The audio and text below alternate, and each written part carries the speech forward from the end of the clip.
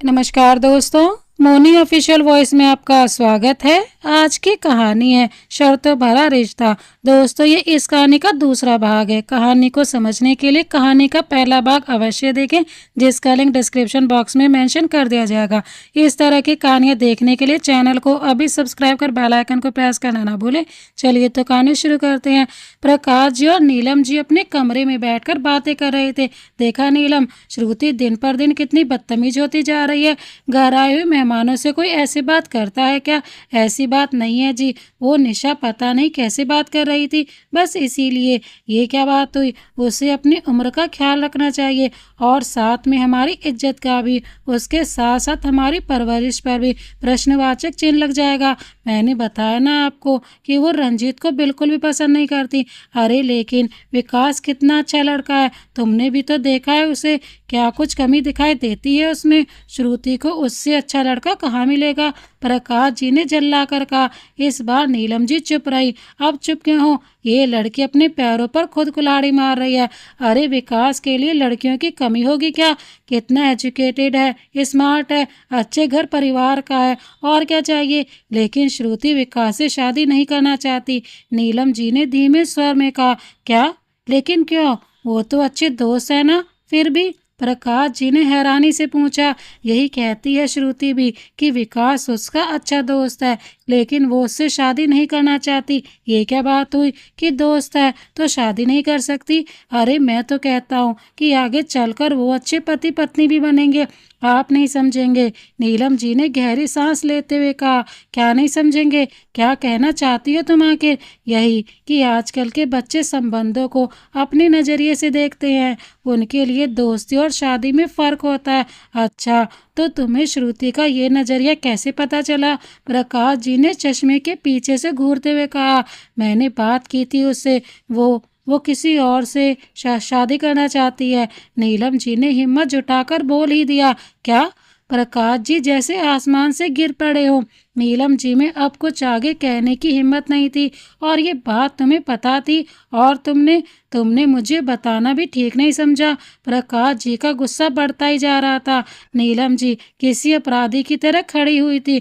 अरे वो लड़की कब इतनी समझदार हो गई कि अपना भला बुरा सोच ले?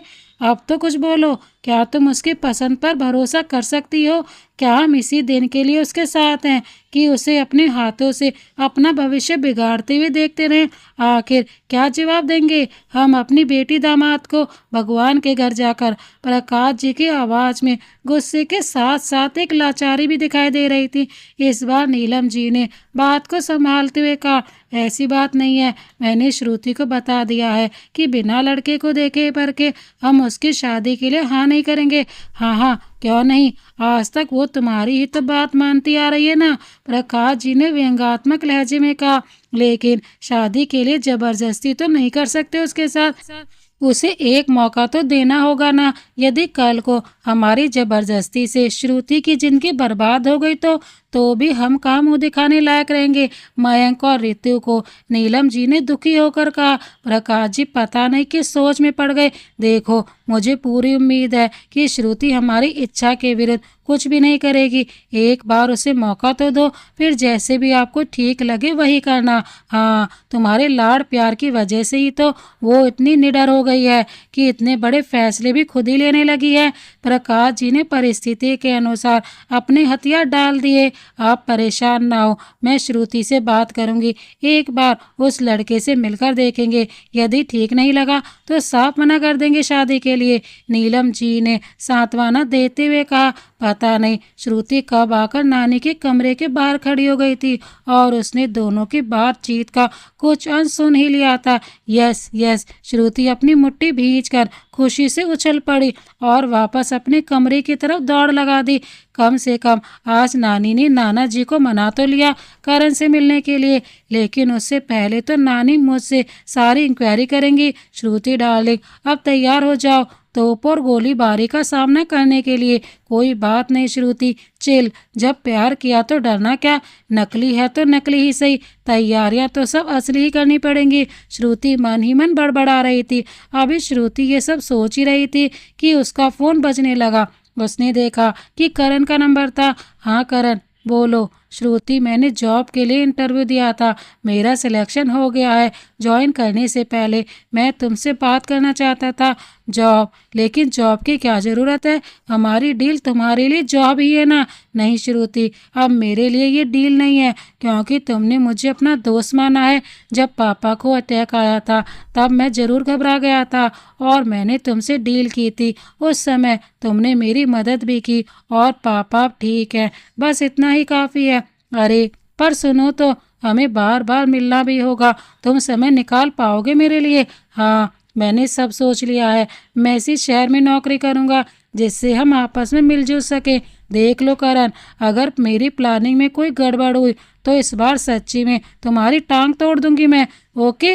एक बात और, नौकरी मेरे लिए इसलिए भी ज़रूरी है कि तुम्हारे नाना नानी मुझे लालची ना समझे। तुम अमीर हो, इकलौती बेटी हो, तो कोई भी तुमसे शादी करना चाहेगा। मेरी नौकरी ज़्यादा बड़ी नहीं होगी, लेकिन मेरा आत्मसम्मान तो बना रहेगा। करण ने अपनी दलील दी। बात में तो दम है तुम्हारी, मुझे लगता तो नहीं था कि तुम इतने समझदार होगे। श्रुति ने चुटकी लेते हुए कहा। परिस्थितियाँ खुद ही समझदार बना देती हैं गरीब इंसान को। तुमने तो 2 साल का कॉन्ट्रैक्ट किया है, उसके बाद तो मुझे खुद ही देखना है, तो पहले से ही क्यों ना तैयारी करूं। करण ने भी नहले पर दहला मार दिया। ठीक है, फिर कर लो जॉब। श्रुति ने उसकी बात मान ली। रंजीत और निशा जैसे ही घर पहुंचे, निशा ने ताने उल्हानों की बौछार कर दी। देखा आपने उस जरा सी लड़की की हिम्मत। अरे बड़ों से बोलने से पहले सोचना तो चाहिए। जो मुंह में आए बोल दो बस। तुम भी तो कम नहीं हो, जब उसकी आदत जानती हो तो क्यों उसके मुंह लगती हो। हाँ, मेरी ही तो गलती है। आपको भी और कोई लड़की नहीं मिली हमारे विकास के लिए? गुस्से से फनते हुए निशा ने कहा। वास्तव में इतनी बड़ी प्रॉपर्टी की मालिक अकेली लड़की कहाँ मिलेगी, जिसमें उसके बाप ने ट्रस्ट का मालिक भी मुझे ही बनाया है, और शादी के बाद तो हमारे विकास का ही हो जाएगा सब। रंजीत ने मक्कारी से हंसते हुए एक आंख दबा दी। इस बात को सुनकर जैसे निशा भी निहाल हो गई, सारे गिले खत्म हो गए। अरे मॉम डैड, कहाँ चले गए थे आप दोनों? मैं आपका वेट कर रहा था। विकास ने अंदर आते पूछा। कुछ नहीं, बस अपनी होने वाली बहू से मिलने चले गए थे।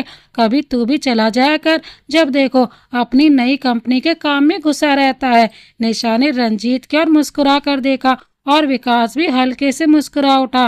पता नहीं क्या सोचकर श्रुति कॉलेज जाने के लिए तैयार हो रही थी कि नानी उसके कमरे में आई। श्रुति, तुझसे कुछ बात करनी है। जी नानी, कहिए। अंदर ही अंदर श्रुति सतर्क हो गई। यहाँ आकर बैठ मेरे पास। श्रुति नानी के पास जाकर बैठ गई। जी नानी, बताइए आपको क्या बात करनी है मुझसे? नानी कुछ देर पलक श्रुति को देखती रही। श्रुति, अब तुम समझदार हो गई हो, इतनी समझदार कि अपने फैसले खुद लेने लगी हो। लेकिन क्या तुम्हें हम पर विश्वास नहीं है कि हम तुम्हारा भला चाहते हैं? ये आप कैसी बातें कर रही हैं नानी? आप दोनों के अलावा और है ही कौन जो मेरे भले के लिए सोचेगा? श्रुति ने कहा। सोच समझ कर बोल रही हो ना? जी नानी, इसमें सोचने वाली तो बात ही नहीं है। श्रुति ने बड़े प्यार से नानी को अपनी बाहों में भर लिया। तुमने अभी तक उस लड़के के बारे में नहीं बताया जिसकी वजह से तुम विकास से शादी नहीं करना चाहती हो। इस बार नानी मुद्दे पर आ गई। श्रुति चुप रही, सोच रही थी कि कैसे शुरुआत करूं। मैंने तुम्हारे नाना जी से बात की थी, बहुत दुखी हैं वो तुम्हारी इस बात से। लेकिन नानी, अब बात लेकिन से आगे निकल चुकी है। अब तुम हमें उस लड़के के बारे में बताओ और मिलवाओ भी। मैं और तुम्हारे नाना जी उस लड़के से मिलना चाहते हैं। और एक बात सुन लो, हम तुम्हें एक मौका दे रहे हैं। यदि हम उस लड़के से संतुष्ट नहीं हुए तो फिर तुम दोबारा उसका जिक्र भी नहीं करोगी। ये मेरा और तुम्हारे नाना जी का आखिरी फैसला है। नानी ने सख्त शब्दों में श्रुति से कहा। श्रुति नानी की बात सुनकर सकपका गई। आज से पहले उन्होंने कभी इस लहजे में श्रुति से बात नहीं की थी। अब तो करण के बारे में बताने का समय आ ही गया था। श्रुति ने बड़े ही कम शब्दों में नानी को करण के बारे में बता दिया। कम शब्दों में इसीलिए कि पता नहीं श्रुति क्या बता दे और करण कुछ और बता दे। नानी ने श्रुति की सारी बातें सुनकर कहा, वो लड़का कब आ सकता है हमसे मिलने के लिए? उससे बात करो और हमें बताओ। नानी ने रूखे से स्वर में कहा और बिना श्रुति की प्रतिक्रिया जाने तुरंत उठकर चली गई। श्रुति अवाक सी खड़ी अपनी पलकें झपकाने लगी। ओ माय गॉड, ये नानी कौन से अवतार में थी आज। मतलब जब नानी इस तरह से बात करने लगी तो नाना जी तो, श्रुति तू तो गई काम से, और कल्पना, कल्पना की बच्ची मुझे फंसाकर खुद तमाशा देख रही है। सब मेरी ही गलती है, मुझे उसकी बात माननी ही नहीं चाहिए थी। श्रुति मन ही मन घबरा रही थी। उसने करण को फोन मिला दिया। हेलो करण, कहाँ हो, क्या कर रहे हो। श्रुति की आवाज में बेचैनी साफ झलक रही थी। क्या हुआ, सब ठीक तो है, इतनी परेशान क्यों हो। श्रुति ने करण को नानी की सारी बातें बता दी। करण, तुम नाना जी और नानी जी से मिल लो, और हाँ, कुछ भी गड़बड़ नहीं होनी चाहिए। अगर तुम्हें उन लोगों ने रिजेक्ट कर दिया ना, तो बस फिर तो रंजीत की लॉटरी लग जाएगी। अरे परेशान मत हो, जो होगा देखा जाएगा। वो लोग तुम्हारे दुश्मन नहीं है। अगर मुझे रिजेक्ट कर भी दिया तो भी तुम्हारे साथ जबरदस्ती नहीं करेंगे। करण, तुम सच कह रहे हो ना। मेरा तो दिल डूबा जा रहा है। तुमने नानी के तेवर नहीं देखे, और नानी जी तो सीधा फरमान जारी कर देंगे। ओहो, अब इतना भी क्या डरना, ये सब तो पहले सोचना था। हाँ, लड़के तो जैसे झाड़ पर लगते हैं, सब तुम्हारे दिमाग का ही फितूर था ना। कॉन्ट्रैक्ट मैरिज करनी थी ना तुम्हें। अरे कोई अच्छा सा लड़का देखकर असली शादी भी कर सकती थी तुम। करण ने लगभग डांट लगाते हुए कहा। कितनी मुश्किल से मिलते हैं अच्छे लड़के, तुम्हें क्या पता, श्रुति ने आवेश में कहा। करण की हंसी छूट गई। अरे तुमने कोशिश ही नहीं की होगी, वरना तुम्हें लड़कों की क्या कमी। अब ज्ञान बांटना बंद करो और संडे को आ जाओ मेरे घर, और भगवान के लिए जरा कुछ प्रैक्टिस कर लेना, नहीं तो सब प्लानिंग चौपट हो जाएगी। श्रुति ने झुंझलाहट में कहा। श्रुति आज सुबह से ही अपने कमरे में चक्कर लगा रही थी। गिनकर 5 बार तो कल्पना को फोन कर चुकी थी, और करण को तो लगभग 8-10 बार फोन कर चुकी थी। वो बार बार बताती कि उसे क्या कहना है और क्या नहीं कहना है। करण ने आखिर में तंग आकर उससे कह ही दिया कि अगर वो इतना परेशान करेगी तो वो आएगा ही नहीं। ये धमकी कामयाब हो गई, और अब श्रुति केवल अपने हाथ मसल रही थी और फोन को ऐसी नज़रों से देख रही थी कि जैसे वो खुद ही श्रुति की जगह करण से बात कर रहा हो। आखिर करण श्रुति के घर पहुंचा। एक नौकर ने गेट खोला और उसे ड्राइंग रूम में ले जाकर बैठा दिया। श्रुति ने अपने कमरे के पर्दे के पीछे से देखा, लेकिन वो करण के पास नहीं जा सकती थी। नानी ने साफ साफ शब्दों में बता दिया था कि जब तक बुलाया ना जाए श्रुति अपने कमरे में ही रहेगी। करण भी यही चाहता था, क्योंकि श्रुति के सामने शायद वो ठीक से बात ना कर सके। कुछ ही देर में प्रकाश जी और नीलम जी आ गए। करण ने बढ़कर दोनों के पैर छू लिए और तब तक खड़ा रहा जब तक कि उन दोनों ने उसे ऊपर से नीचे तक स्कैन करके फिर बैठने का इशारा ना कर दिया हो। आज करण ने एक क्रीम कलर की शर्ट और ब्राउन कलर की पैंट पहनी हुई थी, और ये वही कपड़े थे जो श्रुति उसके लिए लाई थी। जी करण, प्रकाश जी ने पूछा। क्या नाम है तुम्हारा, क्या करते हो। जी, एक कंपनी में सुपरवाइजर हूँ। कितनी तनख्वाह मिलती है। जी, अभी तो 25,000 मिलती है। प्रकाश जी ने एक व्यंग भरी मुस्कुराहट के साथ नीलम जी की ओर देखा, फिर करण से कहा। इतने रुपए तो श्रुति एक बार की शॉपिंग में खर्च कर देती है, क्या जानते हो तुम। जी जरूर, नाना जी ने करण से कहा। करती होगी, लेकिन मेरी कमाई भी तो वो जानती है। मैंने कभी झूठ नहीं बोला श्रुति से। करण ने गंभीर स्वर में कहा। क्या जानते हो कि श्रुति के पास कितनी प्रॉपर्टी है। जी नहीं, और मैं ज़रूरत भी नहीं समझता।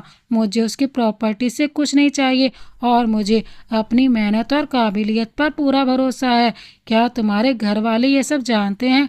हाँ, क्यों नहीं, जबकि बेटे की खुशी एक अमीर घर की इकलौती लड़की है।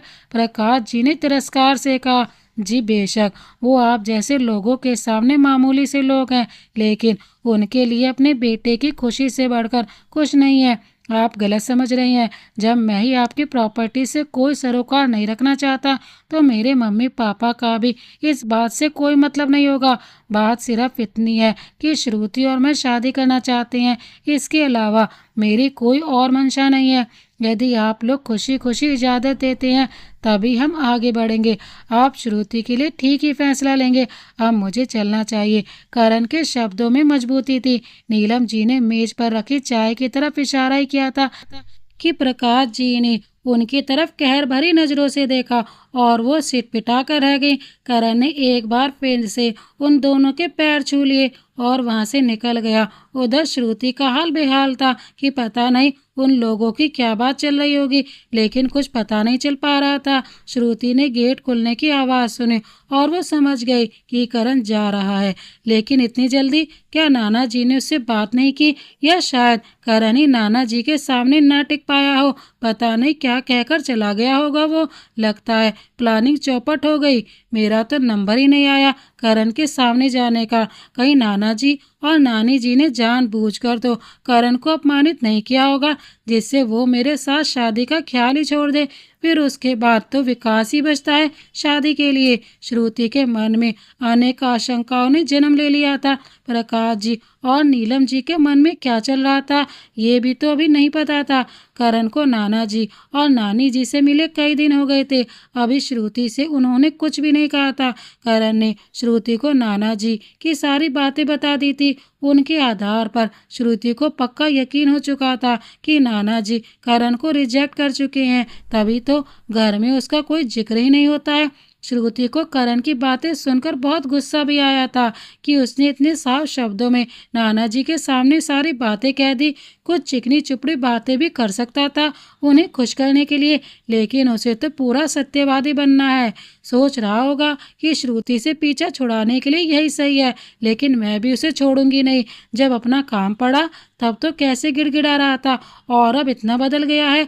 आखिर इसने समझ क्या रखा है। श्रुति मन ही मन झटपटा रही थी। श्रुति का फोन बजा तो उसने जल्दी से देखा, वो विकास की कॉल थी। श्रुति ने बड़े बेमन से फोन उठा लिया। अरे कहाँ हो श्रुति, कितने दिन से ना कोई कॉल ना ही मिलना। क्या तुम भूल गई कि मैं वापस आ गया हूँ? विकास ने एक साथ शिकायतों की पोटली खोल दी। श्रुति ने फीकी सी मुस्कान के साथ कहा, तुमने भी तो कोशिश नहीं की थी ना मेरा हाल जानने की। इसका मतलब ये है कि तुम भी मुझे मिस कर रही थी। वाह कितना लकी हूँ मैं, विश्वास ही नहीं हो रहा है। चलो इतना मस्का मत लगाओ, अब काम की बात करो। क्यों फ़ोन किया? श्रुति को उसकी बात पर हंसी आ गई। अरे मैं अपने कुछ दोस्तों के साथ मनाली जा रहा हूँ, तो सोचा कि तुमसे भी पूछ लूँ, चलोगी क्या तुम हमारे साथ? अरे विकास मुझे कहाँ टाइम है, एक तो कॉलेज, फिर ऊपर से नाना जी नानी जी का मन भी नहीं होता। मेरे बिना बिल्कुल भी उनका मन नहीं लगता है। श्रुति ने बेचारगी के साथ कहा, हमारे लिए कब तक सोचोगी श्रुति? अब तो हमें तेरे बिना रहने की आदत डालनी चाहिए। पता नहीं नानी दरवाजे पर खड़ी कब से उसकी बात सुन रही थी। श्रुति ने झट से फोन काट दिया। कहा, क्यों नानी, आप ऐसा क्यों कह रही हैं? श्रुति ने हकलाते हुए कहा। उसे लग रहा था कि शायद वो दोनों गुस्से में या तो उसे घर से बाहर निकाल रहे हैं, या खुद ही उसे छोड़कर राजगढ़ जाने की सोच रहे हैं, जहाँ वो पापा की डेथ से पहले रहते थे। क्योंकि अब तुम्हारी कहाँ रही है, अब तो तू करण की होने वाली है ना? नानी ने हल्की सी मुस्कान के साथ कहा। मतलब? श्रुति ने नानी की तरफ इस तरह से देखा जैसे वो कोई पहेली पूछ रही हैं। मतलब तेरे नाना जी करण से तेरी शादी करने के लिए तैयार हैं पगली। नानी ने प्यार से श्रुति के गाल पर हल्की सी चपत लगाते हुए कहा। क्या क्या कह रही हैं आप?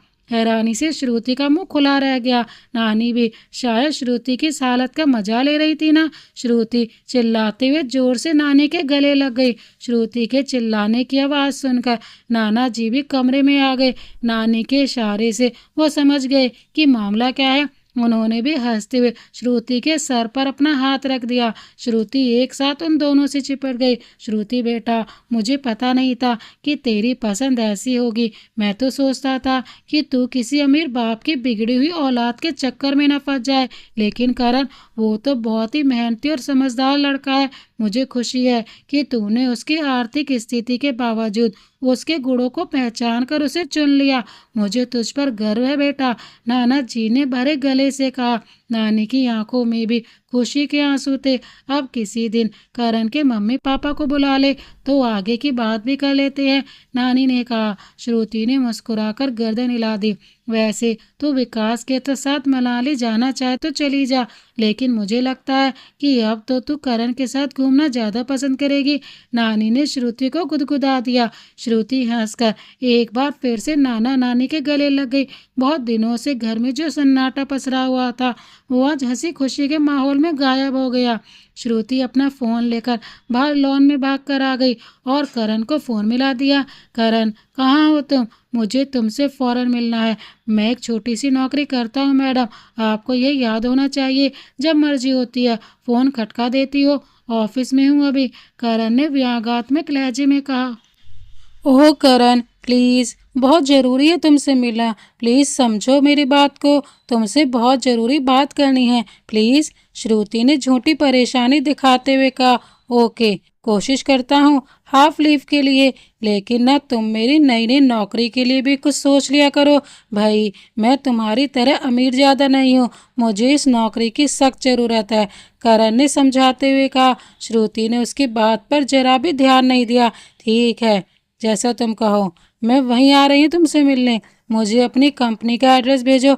अरे सुनो तो श्रुति, यहाँ। लेकिन श्रुति बिना कुछ सुने फोन रख चुकी थी। करण ने अपना सिर पीट लिया। ये लड़की भी अजीब ही है, पता नहीं अब क्या मुसीबत खड़ी हो गई। जरूर उसके नाना जी ने मुझसे शादी के लिए मना कर दिया होगा। कहीं भागकर शादी करने का प्लान ना बना रही हो। उसके दिमाग में तो बस ये शादी ही घुसी हुई है। मैं तो साफ साफ मना कर दूंगा इस बार। अब मैं नौकरी कर रहा हूँ, अगर बदनामी हुई तो ये भी हाथ से जाती रहेगी। श्रुति ने पापा के ऑपरेशन के लिए जो रुपये दिए थे उन्हें तो मैं चुका ही दूंगा धीरे धीरे। करण मन ही मन खुद को आने वाली मुसीबत से बचाने को तैयार कर रहा था। श्रुति का गुस्सा वो अच्छी तरह से जानता था। यही सब सोचते हुए करण ने अपनी कंपनी की लोकेशन श्रुति को भेज दी। श्रुति करण की कंपनी के कंपाउंड में आकर खड़ी हो गई और करण का इंतजार करने लगी। जैसे ही करण उसकी गाड़ी के पास पहुंचा, श्रुति भागकर उससे लिपट गई। करण, अरे रे, ये क्या बदतमीजी है, यहाँ मेरा ऑफिस है, सब मुझे जानते हैं। करण ने पूरी ताकत से श्रुति की बाहों को हटाने का प्रयास किया। अरे सुनो तो, नाना जी मान गए। श्रुति ने करण से अलग होने का कोई प्रयास नहीं किया।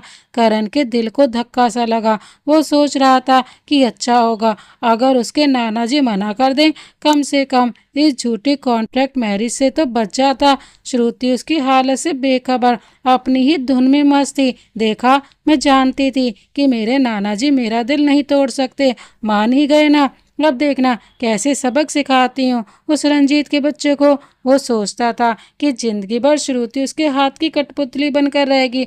अब आएगा मजा, उसके पैरों तले से जमीन खिसक जाएगी। होश में आ श्रुति, ये कोई हम असली शादी नहीं कर रहे जो तुम इतनी एक्साइटेड हो रही हो। और ये मेरा ऑफिस है, यहाँ ये सब ठीक नहीं है। चलो कहीं बाहर चलकर बात करेंगे, करण ने बेरुखी से कहा। उसकी इस बात पर श्रुति भी कुछ छेप सी गई। तभी कंपाउंड में एक और बड़ी सी गाड़ी आकर रुक गई। अरे ये तो अपने एमडी सर की गाड़ी है, करण ने कहा। उधर श्रुति अजीब सी हालत में उस गाड़ी और उस आदमी को देख रही थी जो उस गाड़ी से उतर रहा था। ये तो तब तक करण उस गाड़ी के पास पहुंच गया। Good afternoon sir.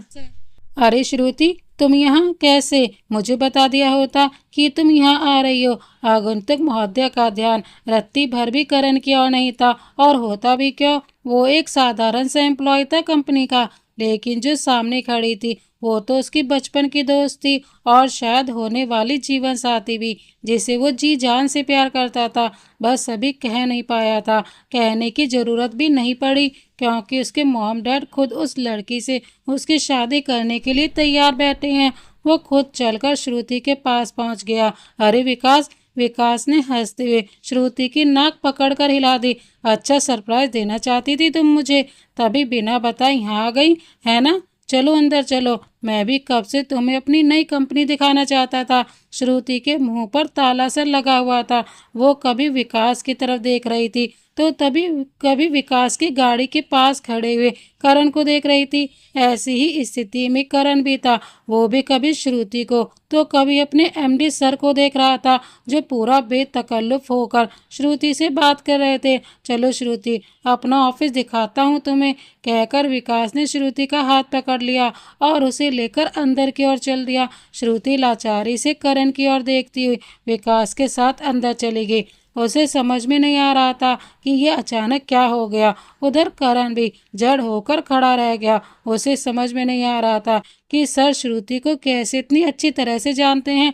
अब तो पता नहीं श्रुति कितनी देर बाद आएगी। वो ऑफिस से हाफ लीव भी ले चुका है, वापस ऑफिस भी नहीं जा सकता। क्या घर ही चले जाना चाहिए या यहीं रहकर श्रुति का इंतजार करना चाहिए? करण बेचैनी के साथ चहलकदमी करने लगा। करण उसी रेस्तरां के बाहर चक्कर लगा रहा था जहां श्रुति ने उसे पहली बार मिलने के लिए बुलाया था। श्रुति ने उसे मैसेज किया था कि वो वहीं उसका इंतजार करे। 1 घंटे से ज़्यादा समय हो गया था करण को उसका इंतजार करते करते। तभी दूर से श्रुति की गाड़ी आती हुई दिखाई दी और करण की जान में जान आई। श्रुति, ये सब क्या है? मैं तो सोच सोच कर पागल हो गया हूँ। सर तुम्हें कैसे जानते हैं? करण ने बेसब्री से पूछा। वो तो छोड़ो, तुम ये बताओ, पूरी दुनिया में, पूरे शहर में तुम्हें इसी कंपनी में नौकरी करनी थी क्या? श्रुति ने भी उतनी ही बेसब्री से पूछा। पहले तुम मेरी बात का तो जवाब दो। तो सुनो, ये विकास मेरे बचपन का दोस्त है और ये कंपनी उसी रंजीत की है जिसको सबक सिखाने के लिए हम कॉन्ट्रैक्ट मैरिज कर रहे हैं और वो विकास से मेरी शादी करवाने की कोशिश में लगे हुए हैं। अब काफ़ी है या कुछ और भी जवाब चाहिए? श्रुति ने गुस्से से तमतमाते हुए कहा। हे भगवान! करण के होश उड़ गए। हाँ जी, अब आगे बताओ। तुमने तो कोई कसर नहीं छोड़ी मेरी प्लानिंग बर्बाद करने की। पूरी दुनिया में बस यही जॉब करनी थी तुम्हें। यार, लेकिन इसमें मेरी क्या गलती है? मैं कहाँ जानता था कि ये... अच्छा, अब तो जान गए ना। अब क्या विचार है तुम्हारा? श्रुति ने व्यंग से। क्या विचार मतलब? करण ने हैरानी से पूछा। किस बात का मतलब पूछ रहे हो? विचार का? वैसे तो हिंदी मीडियम में ही पढ़े हो, कॉन्ट्रैक्ट में तो नहीं पढ़े ना? श्रुति ने झल्ला कर कहा। श्रुति के तेवर तीखे हुए जानकर करण ने चुप रहने में ही अपनी भलाई समझी। लेकिन श्रुति, ये नौकरी तो तुम्हें छोड़नी ही पड़ेगी। श्रुति ने अपना फैसला सुना दिया। लेकिन किसी लेकिन की गुंजाइश नहीं है करण। करण कुछ सोचने लगा। अब क्या सोच रहे हो? क्या अच्छा लगेगा कि कंपनी के मालिक से शादी का ऑफर ठुकरा कर मैं उसी कंपनी के एक साधारण से एम्प्लॉय के साथ शादी करूं? अरे, उसे कैसा लगेगा? श्रुति ने समझाने वाले भाव से कहा। लेकिन श्रुति, तुम्हारे नाना जी को तो मैंने कंपनी का नाम अच्छे से बताया था और वो इस कंपनी के बारे में जानते भी थे और फिर भी वो हमारी शादी के लिए मान गए। इसका मतलब तो ये हुआ ना कि उन्हें इस बात से कोई फर्क नहीं पड़ता। करण ने एक एक शब्द पर जोर देते हुए कहा। इस बार चौंकने की बारी श्रुति की थी। नाना जी जानते थे कि तुम रंजीत अंकल की कंपनी में नौकरी करते हो? फिर भी? हाँ भाई हाँ, मैं झूठ क्यों बोलूँगा तुमसे? श्रुति कुछ कहने की स्थिति में नहीं थी। वह सोच रही थी कि जिस बात पर उसे इतना अजीब लग रहा है उसी बात को नाना जी नानी जी ने कैसे स्वीकार किया होगा, जबकि वो लोग तो खुद विकास को पसंद करते थे। क्या सिर्फ मेरी इच्छा का सम्मान रखने के लिए वो करण से शादी के लिए मान गए हैं? इसके अलावा और क्या कारण हो सकता है? श्रुति को कुछ भी सूझ नहीं रहा था। श्रुति को चुपचाप देखकर करण से रहा नहीं गया। देखो श्रुति, मेरी बात समझने की कोशिश करो। अभी मैं नौकरी छोड़ने की स्थिति में नहीं हूँ, लेकिन जैसे ही मुझे कोई और अच्छी नौकरी मिलेगी मैं यहाँ रिजाइन दे दूंगा। अब तो ठीक है ना? श्रुति ने कोई जवाब नहीं दिया। पता नहीं उसके दिमाग में क्या क्या विचार घुमड़ रहे थे।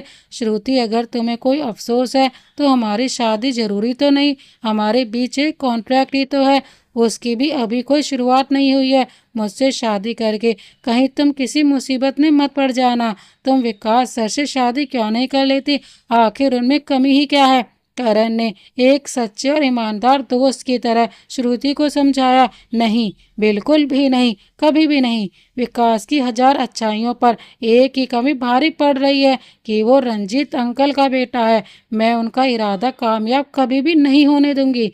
जब नाना जी नानी जी को कोई ऑब्जेक्शन नहीं है तो फिर ठीक है ना? श्रुति को फिर से अपनी जिद याद आ गई। श्रुति, एक बार फिर से सोच लो, तुम्हारे नाना नानी तुम्हें कितना प्यार करते हैं। जब कभी हम अलग होंगे तो उन्हें कितना दुख होगा, और अगर कभी ये पता चला कि ये सब पहले से ही झूठ था तो शायद वो तुम्हें कभी माफ भी ना करें। करण ने एक बार फिर से श्रुति को समझाने की कोशिश की, लेकिन श्रुति वो तो कुछ समझने को तैयार ही नहीं थी। श्रुति बोली, तुम इस सब में मत पड़ो, जब वो समय आएगा तब देखा जाएगा। और हाँ, तुम्हारी ये बात ठीक लगी कि तुम किसी दूसरी नौकरी की तलाश में लग जाओ।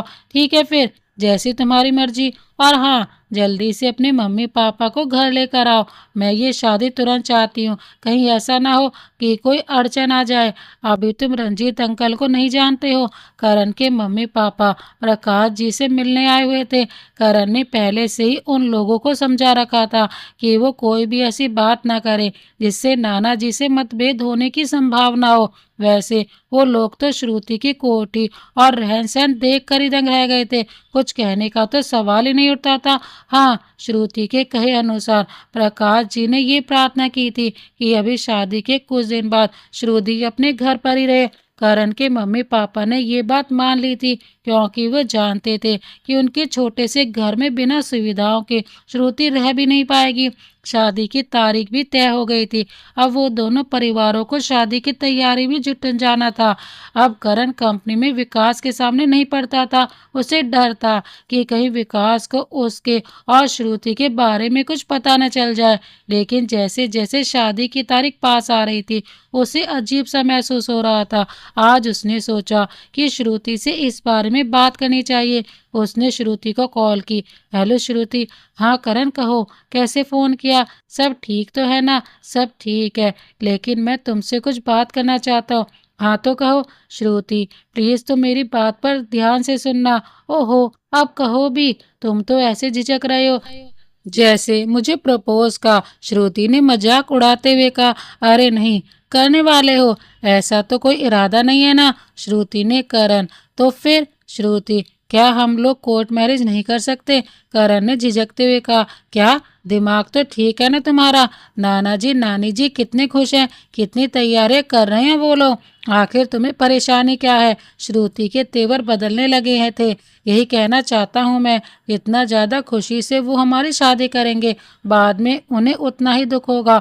और फिर एक झूठी शादी के लिए इतना पैसा खर्चा करने की क्या ज़रूरत है? जितने ज़्यादा लोग शामिल होंगे, बाद में उतना ही ज़्यादा मानसिक तनाव होगा। ये संबंध तो बस 2 साल का ही है ना? हाँ करण, कह तो तुम ठीक रहे हो। और एक बात, मैंने बहुत सोचा, लेकिन मेरी हिम्मत ही नहीं हो रही है कि पवित्र अग्नि के सामने भगवान को साक्षी मानकर मैं झूठी शादी करूं। कोर्ट मैरिज में कम से कम हम इस पाप से तो बच सकते हैं। जैसे कागज पर साइन होकर शादी होगी, वैसे ही तलाक हो जाएगा। हाँ यार करण, तुम कितने अलग तरीके से सोचते हो। मैंने तो कभी इस तरह से सोचा ही नहीं। श्रुति की आवाज में आश्चर्य स्पष्ट महसूस हो रहा था। तुम नाराज तो नहीं हो ना श्रुति? तुम्हें ये तो नहीं लगा कि मैं बहाना बना रहा हूँ तुमसे शादी नहीं करने के लिए? अरे नहीं, अब तो मेरे दोस्त हो और मुझसे ज़्यादा समझदार भी। हमेशा अच्छी सलाह देते हो। लेकिन समस्या यह है कि उन लोगों से ये बात कहेगा कौन? और क्या ज़रूरी है कि वो हमारी बात मान ही जाए? तुम कहो तो मैं बात करूँ नाना जी से? करण ने डरते डरते पूछा। क्या बात है, तुम्हारे इसी कॉन्फिडेंस पर तो फिदा हूँ मैं। अचानक श्रुति के मुंह से निकल गया और करण पता नहीं क्यों शर्मा गया और उसने फ़ोन बंद कर दिया। करण ने प्रकाश जी से बात करने के लिए अनेक बार प्रैक्टिस की और साथ ही साथ एक कागज पर कुछ लिखा भी कि कहीं बात करते समय कुछ भूल ना जाए। और फिर मन ही मन भगवान को याद करते हुए उसने उन्हें फ़ोन मिला दिया। नमस्ते नाना जी। अरे करण बेटा, कैसे हो? कहो। और घर में सब कैसे हैं? हम सब ठीक है नाना जी। कैसे फ़ोन किया बेटा? कुछ काम था क्या? नाना जी ने करण से पूछा। जी, मुझे कुछ कहना था, अगर आप बुरा ना माने तो। हाँ हाँ जरूर कहो। श्रुति बता रही थी कि आप लोग बहुत जोर शोर से शादी की तैयारी कर रहे हैं। बिल्कुल, आखिर श्रुति की शादी में कोई कमी नहीं रहनी चाहिए। बहुत बड़े बड़े लोग आएंगे शादी में, इंतजाम तो बढ़िया होना चाहिए।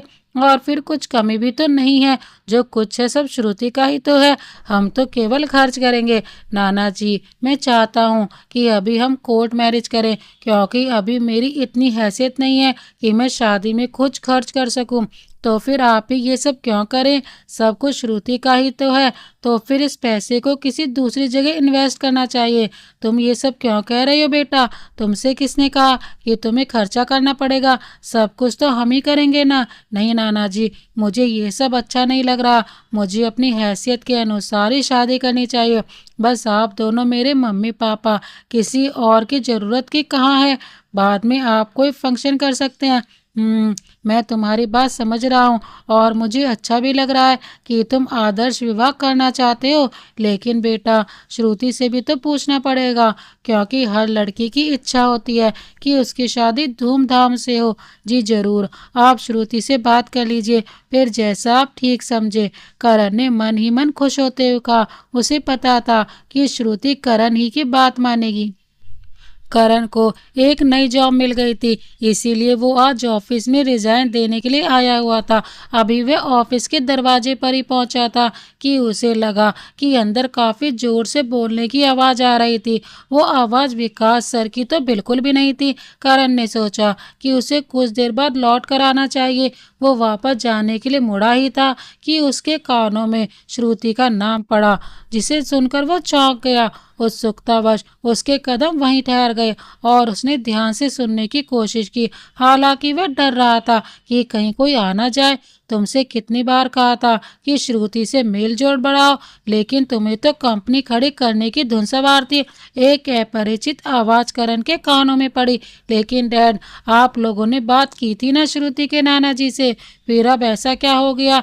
ये आवाज निश्चित रूप से विकास की ही थी। इसे सुनकर करण को अंदाजा हो गया था कि अंदर उनके पापा यानी रंजीत जी हैं।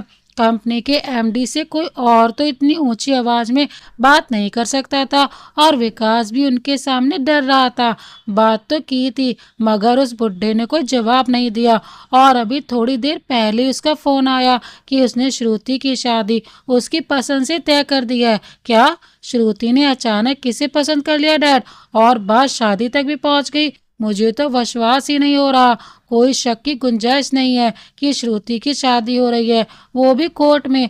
आपको पूछना चाहिए था डैड कि वो लड़का कौन है। पूछा था, मगर उस बुड्ढे ने कुछ नहीं बताया। अगर बता देता तो शादी से पहले उस लड़के का काम तमाम ना करवा देता।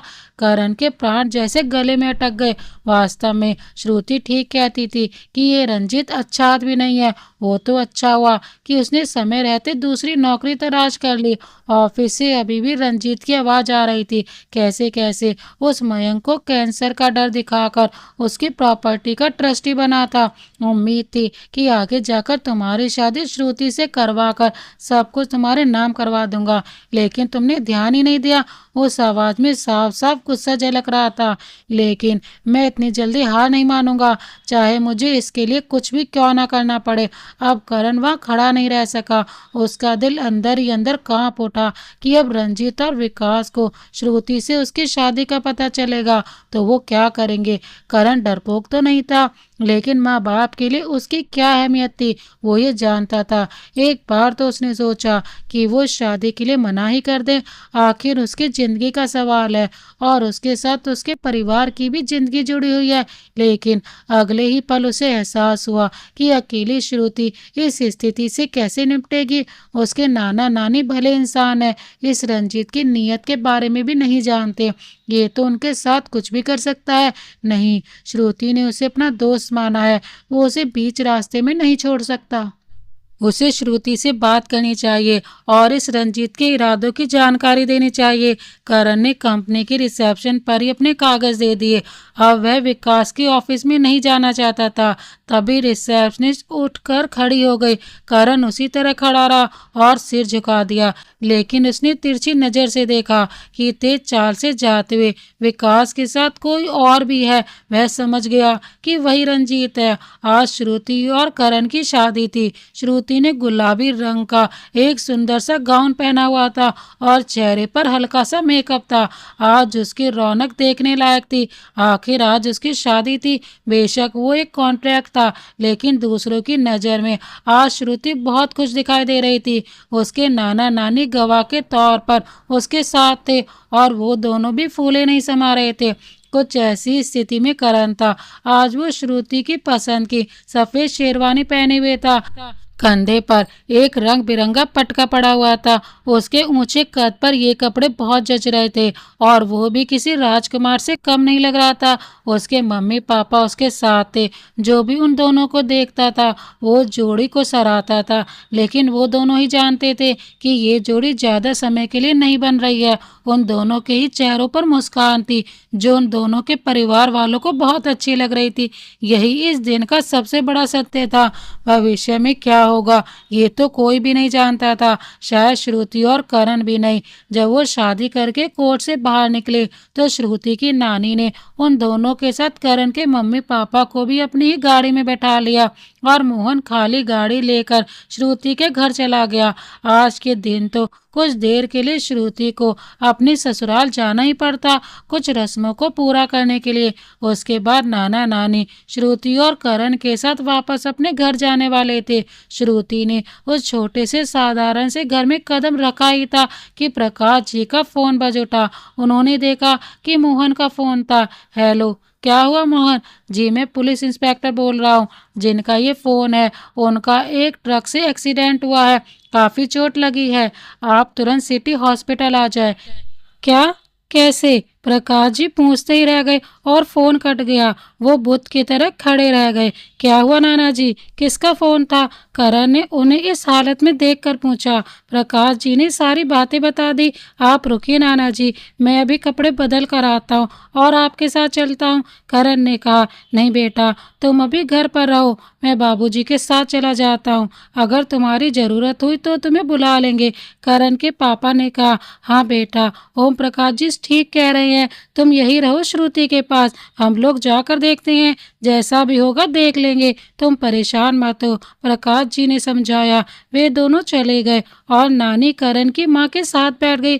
करण और श्रुति को एक साथ बैठा दिया था। श्रुति ने करण से फुसफुसाते हुए कहा, देखा करण, तुमने रंजीत की जो बातें सुनी थी उसने उन पर अमल करना शुरू कर दिया है। क्या मतलब? करण ने चौंक कर पूछा। मतलब ये कि मुझे ये सब षड्यंत्र दिखाई दे रहा है। ये मोहन का एक्सीडेंट जरूर रंजीत की चाल है, लेकिन रंजीत की मोहन के साथ क्या दुश्मनी है? ओफो करण, अभी भी नहीं समझे? दुश्मनी तुमसे है, मोहन से नहीं।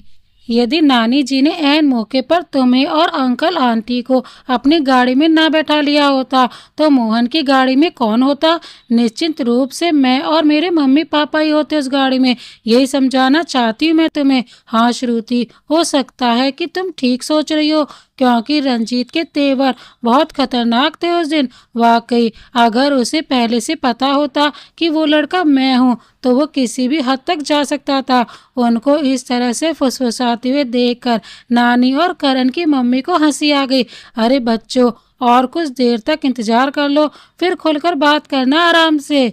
अब कोई तुम्हारे बीच नहीं आएगा। आखिर अब तुम प्रेमी प्रेमिका नहीं पति पत्नी हो, नानी ने कहा। करण और श्रुति ने एक दूसरे को दयनीय दृष्टि से देखा।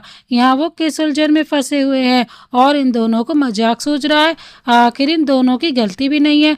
वास्तव में कोई और नवविवाहित युगल होता तो वो यही काम न करता, लेकिन यहाँ तो आफत ही कुछ और थी। कुछ देर बाद नाना जी का फोन आया कि अब मोहन को होश आ गया है और उसके परिवार वाले भी आ गए हैं। अब चिंता की कोई बात नहीं है। श्रुति और करण बहुत परेशान हो रहे थे। रंजीत दोबारा भी कोशिश कर सकता था करण को नुकसान पहुंचाने की। बिना किसी ठोस सबूत के नाना जी से या किसी से भी कुछ नहीं कह सकते थे। करण श्रुति के साथ उसके घर आ गया था, क्योंकि कॉन्ट्रैक्ट के मुताबिक उसे तब तक श्रुति का पति बनकर रहना था जब तक कि श्रुति के पिता की संपत्ति के ट्रस्ट का वो मालिक ना हो जाए और फिर उसे श्रुति के नाम ना कर दे। इस सब के लिए श्रुति उसे एक मोटी रकम देने वाली थी जिससे वो अपनी जिंदगी आसान बना सकता था। हालांकि करण लालची नहीं था और बाद में उसने एक दोस्त होने के नाते श्रुति की मदद करने का फैसला किया था। लेकिन श्रुति को अपना कॉन्ट्रैक्ट याद था। करण को श्रुति के साथ उसके कमरे में रहने में बड़ी झिझक हो रही थी।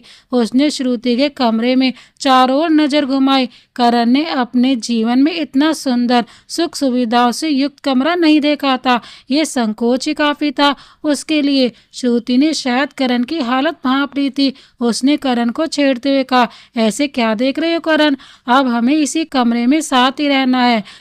तुम्हें कोई ऑब्जेक्शन तो नहीं? दुनिया की नज़र में और कानून की नज़र में तो हम पति पत्नी ही है ना। अब तुम अपना बताओ। नहीं श्रुति, बेशक हमारी शादी हो गई है, लेकिन मैंने मन से तुम्हें अपनी पत्नी स्वीकार नहीं किया है। तुम आज भी मेरी दोस्त हो। मेरा कोई इरादा नहीं है कि मैं तुम पर पति वाला हक जगता हूँ। तो फिर क्या सोचा है तुमने? हाँ, सबको दिखाने के लिए मैं तुम्हारे साथ ही रहूँगा। मैं अपना बिस्तर जमीन में लगा लूँगा, करण ने पूरी गंभीरता के साथ कहा। उसके बात सुनकर श्रुति ठहाका लगाकर हंस पड़ी। अब इसमें हंसने वाली कौन सी बात है? करण को शायद बुरा लगा। लगता है इस टाइप की मूवीज बहुत देखी है तुमने, इसीलिए ऐसा घिसा पिटा डायलॉग बोला है। मैं अपना बिस्तर जमीन पर लगा लूंगा। श्रुति ने करण की नकल उतारते हुए मजाक बनाते हुए कहा। करण ने उसे गुस्से से देखा। अरे रे, गुस्सा मत हो, इधर देखो जरा। श्रुति ने उसी रूम में बने हुए एक दरवाजे को खोलते हुए कहा।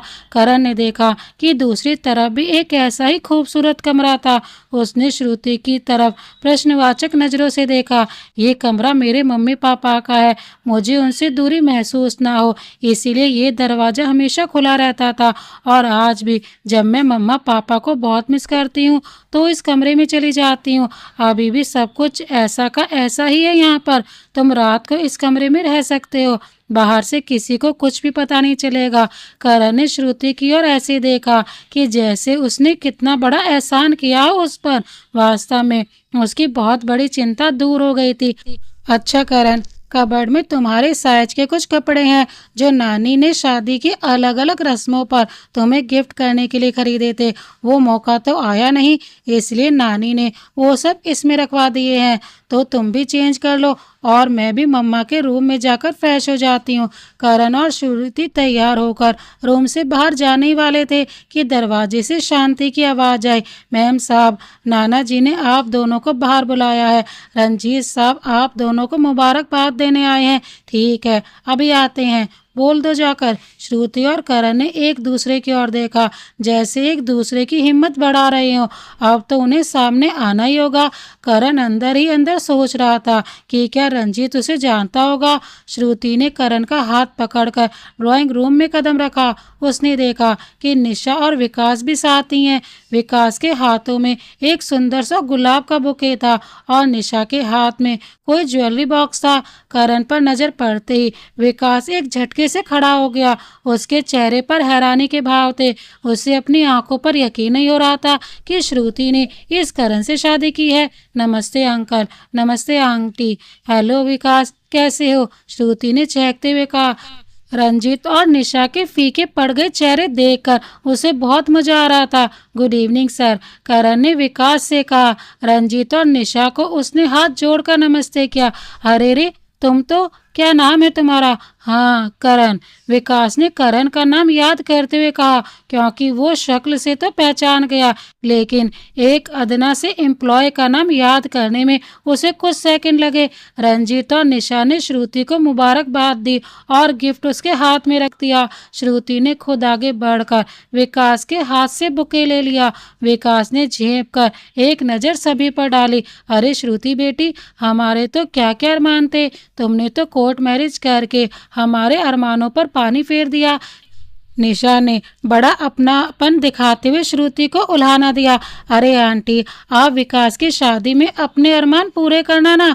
मैंने तो नाना जी और नानी की परेशानी बचाने के लिए ऐसा किया है। श्रुति ने मुंह तोड़ जवाब दिया। रंजीत ने निशा को घूर कर देखा और निशा झटपटा कर रह गई। अरे श्रुति बेटी, हम भी तुम्हारे अपने ही हैं, तुमने तो कभी बताया ही नहीं। रंजीत ने कहा। श्रुति ने तो मुझे भी नहीं बताया डैड, जबकि ये मुझे अपना दोस्त मानती है और करण तो मेरी कंपनी में ही काम करता था। फिर भी इस बार विकास से भी रुका नहीं गया। जब श्रुति का गुस्सा आपे से बाहर हो गया, फिर भी उसने संयम दिखाते हुए व्यंग किया। मुझे तो लगा था कि आप लोग मेरी शादी की खुशी मनाने आए हैं, लेकिन आप लोग तो खुशी नहीं है। अरे रे बेटा, ये तुम क्या कह रही हो? तुम्हारी खुशी से बढ़कर और क्या हो सकता है हमारे लिए? रंजीत ने दांत दिखाते हुए कहा। अब आप लोग मुंह मीठा करो, ये क्या बातें करने लगे? करण बेटा, तुम भी बैठो, इन सब लोगों से मिलो। ये हमारे दामाद और बेटी के दोस्त हैं और विकास को तो तुम जानते ही हो। नानी ने बर्फी की प्लेट उठाकर सबका मुंह मीठा करा दिया। करण को रंजीत की चुभती हुई नजरें अपने ऊपर महसूस हो रही थी। विकास भी रह रहकर करण को घूर रहा था, लेकिन प्रकाश जी और नीलम जी की उपस्थिति में वो कर ही क्या सकते थे। इस बीच श्रुति की फ्रेंड कल्पना का फोन आ गया था, तो वो थोड़ा अलग होकर उससे बातें करने लगी थी, लेकिन उसकी नज़र करण पर ही थी कि वो लोग उन लोगों के सामने सहज नहीं हो पा रहा था। एक तो इतने अमीर लोग, उस पर भी उससे द्वेष कर रखने वाले। करण बिल्कुल चुप बैठा हुआ था। श्रुति ने उन लोगों पर एक नज़र डालते हुए कहा, करण, तुम्हारी मम्मी का फोन आया था, तुम रूम में जाकर उनसे बातें कर लो, मैं भी अभी आती हूँ। अंधा क्या चाहे दो आंखें। करण तुरंत उठकर वहां से चला गया और अपने कमरे में जाकर ही सांस ली। उन लोगों से दो चार बातें करके श्रुति भी करण के पास पहुंच गई। करण, क्या हो रहा था तुम्हें? तुम्हारा रंग क्यों उड़ा हुआ था वहां पर? तुम्हें ऐसे डरना नहीं है उन लोगों से? हमारा रोज ही उनसे सामना होगा, संभालो अपने आप को। वो तो ठीक है श्रुति, लेकिन मुझे बार बार यही लग रहा था कि ये लोग कितने खतरनाक है। मोहन की कार का एक्सीडेंट कराने में इन्होंने जरा सी भी देर नहीं लगाई। इसी से पता चलता है कि मैं कितना खटक रहा हूँ उनकी आंखों में। अब तुम्हें डरने की नहीं, बल्कि सतर्क रहने की जरूरत है। सीधे तौर पर ये तुम्हें कोई नुकसान नहीं पहुंचा सकता। एक बार मोहन को बात करने लायक स्थिति में आने दो, तो पता चले कि आखिर हुआ क्या था उसके साथ। अगर कुछ संदेह हुआ तो नाना नानी को सारी बातें बतानी पड़ेंगी जो तुमने रंजीत के मुंह से सुनी थी। लेकिन श्रुति, नाना जी और नानी जी के लिए मैं अभी तो अनजान ही हूँ। क्या वो लोग मेरी बात पर यकीन करेंगे? आखिर वो रंजीत उनके काफी करीब है। करण ने अपनी शंका जाहिर की। चलो अब इतना मत सोचो, बस तुम्हें अपनी कोई भी बात किसी को नहीं बतानी है। घर के नौकर हो या गार्ड हो, किसी को भी ये पता नहीं चलना चाहिए कि तुम कब, कहाँ और कैसे जा रहे हो। लेकिन मेरी नई नौकरी, वहाँ तो मुझे रोज ही जाना है। करण उलझन भरे स्वर में बोला, है तो तुम्हारी शादी भी नई नई, बेशक इसमें शादी जैसा कुछ भी नहीं है हमारे लिए, फिर भी कुछ दिन की छुट्टी तो ले ही सकते हो। बाकी की प्लानिंग बाद में कर लेंगे। अब मेरे तो सर में बहुत ज्यादा दर्द हो रहा है। शांति के हाथ की अदरक वाली चाय पीकर ही ठीक होगा, देखना तुम्हें भी बहुत पसंद आएगी। श्रुति ने बात बदलते हुए कहा और शांति को जोर से आवाज लगा दी। करण भी उसकी बात समझकर मुस्कुरा दिया। उधर रंजीत प्रकाश जी के बिल्कुल बराबर में बैठकर उनसे धीमे धीमे स्वर में बात कर रहा था। अंकल, हमारी श्रुति कितनी सीधी बच्ची है, ऐसे ही किसी की बातों में आ जाती है, लेकिन आप तो समझदार है ना। बेशक करण अब आपका दामाद बन गया है, फिर भी अभी आप उस पर ज्यादा भरोसा नहीं करना, और प्रॉपर्टी के मामले में तो बिल्कुल भी नहीं। जिन्होंने अपने घर में गरीबी देखी होती है, उनकी आंखें जल्दी ही चकाचौंध हो जाती हैं। आप समझ रहे हैं ना मैं क्या कहना चाहता हूँ? रंजीत ने कहा। प्रकाश जी ने कुछ नहीं कहा, केवल गर्दन हिला दी और श्रुति से भी कहना कि वो अपनी प्रॉपर्टी के बारे में करण को ना बताए। नीयत बदलते देर नहीं लगती है। आप तो आजकल के हालात जानते हैं ना, पैसा ही संबंध खराब कर देता है। निशा भी नीलम जी के कान भरने में कोई कसर नहीं छोड़ रही थी। आंटी, आजकल प्रॉपर्टी के लालच में मर्डर भी हो जाते हैं। अभी आप लोग करण को जानते ही कितना है, जरा ध्यान रखना। मैं तो अपना समझ कर कह रही हूँ, कहीं ऐसा ना हो कि उसने श्रुति को इसीलिए प्रेम जाल में फंसाया हो। अब हमारी श्रुति तो कितनी भोली है, आप जानती ही हो। कभी करण ने प्रॉपर्टी के लिए ही उससे शादी की हो, वो भी इतनी जल्दबाजी में। विकास कभी अपनी मम्मी को देख रहा था और कभी अपने पापा को। उसे अपने ऊपर बहुत ही ज्यादा गुस्सा आ रहा था कि वो इन दोनों के साथ यहाँ आया ही क्यों है। अक्सर उसने ये महसूस किया था कि श्रुति उन दोनों को पसंद नहीं करती है, जबकि विकास के साथ वो खूब बातें करती थी। कोई और मौका होता तो वो श्रुति के रूम में भी जाकर उससे बात कर सकता था, लेकिन अब वो शादीशुदा भी है, किसी की पत्नी थी और उसके साथ उसका पति भी था। विकास बहुत ही असहज महसूस कर रहा था। वो उठकर खड़ा हो गया। मॉम, डैड, अब हमें चलना चाहिए। ये लोग भी थके हुए होंगे, इन्हें भी आराम करने दीजिए। मन मार कर रंजीत और निशा भी खड़े हो ही गए, लेकिन उनके चेहरे बता रहे थे कि अभी उनका मन नहीं भरा है उन दोनों को भड़काने के लिए। वो अभी और भी देर वहां बैठना चाहते थे। आज एक हफ्ते बाद मोहन को आईसीयू से हॉस्पिटल के रूम में शिफ्ट किया गया था। अब उसकी हालत कुछ ठीक थी। डॉक्टर ने कहा था कि अब वो बयान देने की स्थिति में है, इसीलिए पुलिस इंस्पेक्टर राघव, वही अपने अनुभूति कहानी वाले जहीन, ईमानदार और बहादुर ऑफिसर, उसका बयान लेने के लिए आए हुए थे। उन्होंने फोन करके प्रकाश जी को भी वहीं बुला लिया था। श्रुति भी उनके साथ आई हुई थी। वैसे वो राघव की बहुत बड़ी फैन थी और जानती थी कि वो बाल में से भी खाल निकालने में माहिर था। फिर वो भी खुद मोहन का बयान सुनना चाहती थी, क्योंकि कहीं ना कहीं उसे किसी षड्यंत्र की बू आ रही थी। हॉस्पिटल के कमरे में मोहन बेड पर लेटा हुआ था। उसके पूरे शरीर पर पट्टी बंधी हुई थी। उसके हाथ में और पैर में प्लास्टर चढ़ा हुआ था। काफी जबरदस्त एक्सीडेंट हुआ था। इंस्पेक्टर राघव, प्रकाश जी और श्रुति उसके पास ही खड़े हुए थे। उन सबको देखकर उसने नमस्ते करने की कोशिश की, मगर उसके मुंह से एक आह निकल गई। अरे रे मोहन, आराम से, इस सब की कोई जरूरत नहीं है। देखो, तुमसे मिलने कौन आया है? ये इंस्पेक्टर साहब है। इन्हें सब बताओ कि उस दिन क्या हुआ था तुम्हारे साथ। श्रुति ने अपने पन से कहा। जी हाँ, तो मोहन बताओ, क्या हुआ था उस दिन? क्या तुम तेज रफ्तार से गाड़ी चला रहे थे? राघव ने पूछा। नहीं साहब, मैं तो कभी भी गाड़ी नहीं चलाता तेज। उस दिन भी मैं आराम से ही गाड़ी चला रहा था। मैंने देखा कि सड़क के किनारे एक ट्रक खड़ा था और जैसे ही मेरी गाड़ी उसके पास पहुंचने वाली थी, वो तुरंत ही मेरे सामने आ गया पूरी स्पीड से।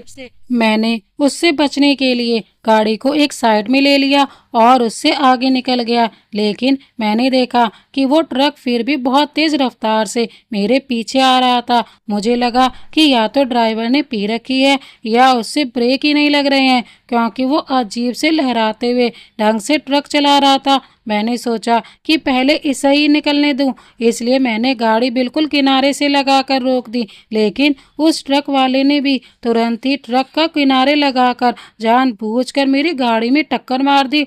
रुक रुक कर बताते हुए भी मोहन हाँफने लगा था।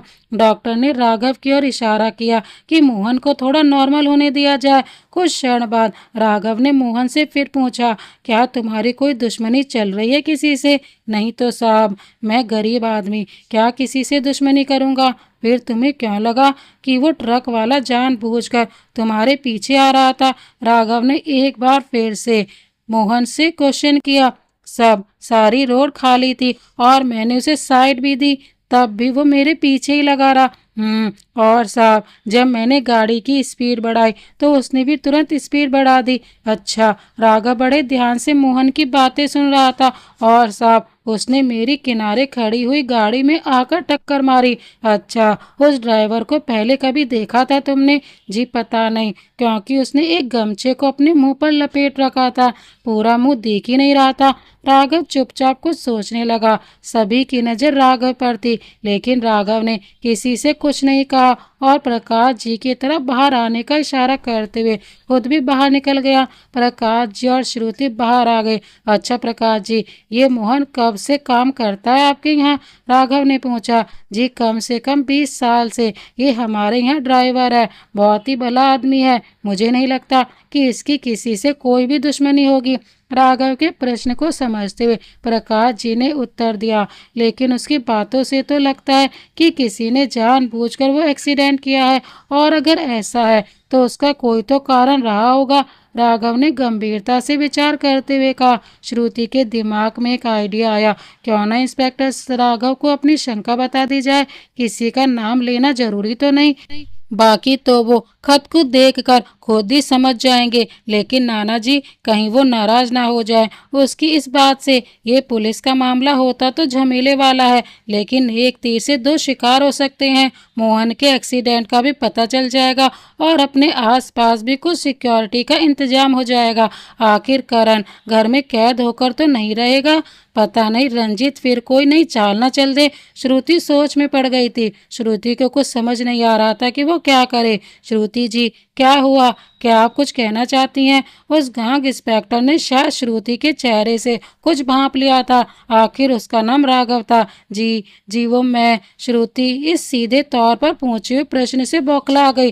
प्रकाश जी ने श्रुति की ओर गहरी नजरों से देखा और श्रुति जानती थी कि ये झमेले में न फंसने का इशारा है। लेकिन राघव, आपको कुछ भी छिपाने की जरूरत नहीं है अगर आप इस बारे में कुछ भी जानती हैं। ये कहते हुए राघव की नज़र प्रकाश जी पर टिकी हुई थी। तो आप बिना किसी संकोच के कह सकती हैं। अब तो श्रुति को कुछ कहना ही था।